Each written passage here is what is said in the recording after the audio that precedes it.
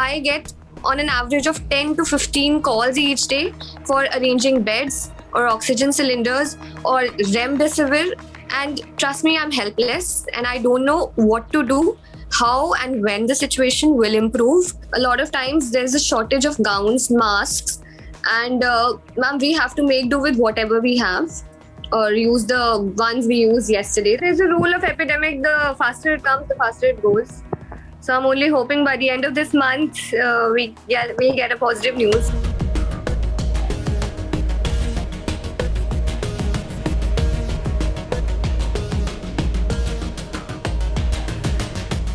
There is shortage of drugs like remdesivir in the hospital itself.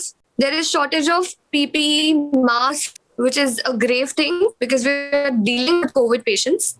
And oxygen cylinders are as it is limited. Beds, even doctors don't have beds right now. I mean, I really don't know what will we do if one of us falls sick. We really don't know. The saddest part is that even government doesn't have an answer to this.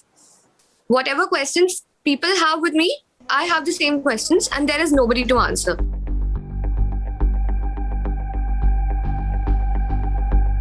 I have seen a patient who came with an simple abdominal pain. He went back to surgery and my surgery counterpart, my residents told me that he turned out positive. So you tell me, what should I do? Ideally, I should have been quarantined for 14 days. Thankfully, I did not develop any symptoms, but this should have been the protocol. I have put my life at risk to examine that patient, to perform an ultrasound on that patient, and he turned out positive. So you should try, and I go back home. I stay with my parents. So the risk is so great. And that's why this is the only thing I'm really concerned about, because I stay with elderly people in my house. Suppose you get 10 patients with, oxygen level very poor of all 10 patients and you have just 5 beds to give them. What would be the decision? How do you handle such situation as doctors? We have the concept of triage that we always use in these situations. First of all, oxygen saturation dip is grave, but how much is the dip? How much is the comorbidity associated with the patient? Is he diabetic? Is he hypertensive? Is he above 60 years of age? And most importantly, life expectancy. If already a patient who is above 90, I would say, and there's another patient who is young, 40, 30, we would prefer giving a bed to such a patient because he has a better chance of survival eventually as compared to someone who is 90 who has a lot of comorbidities. So that's something we use this in every situation.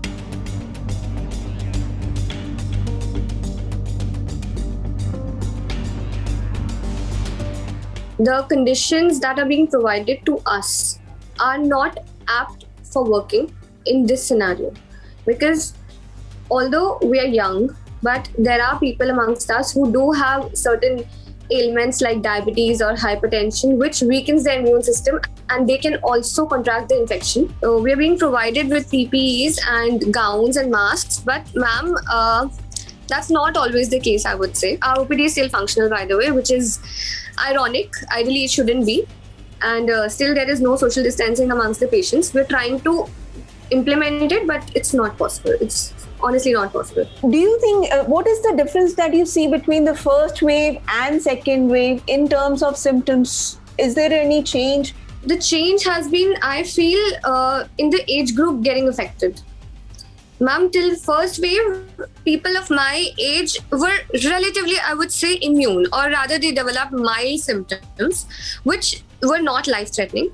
But ma'am, this time, I think it is worse for us because as it is, we take lesser precautions as compared to the elderly population above 60.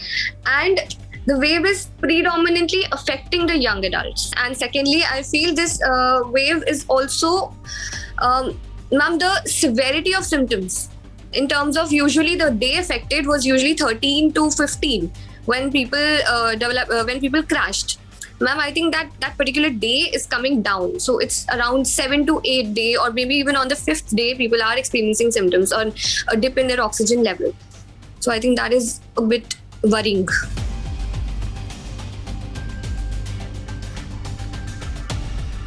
I repeatedly said, if you think your disease is not life-threatening, if it is not an acute condition, I feel you should try and manage it as much as possible at home and wait for some time till the situation improves. Because the risk is not just for the doctors, for the patients as well, who might come with just a simple headache and go back with COVID. There's a rule of epidemic, the faster it comes, the faster it goes.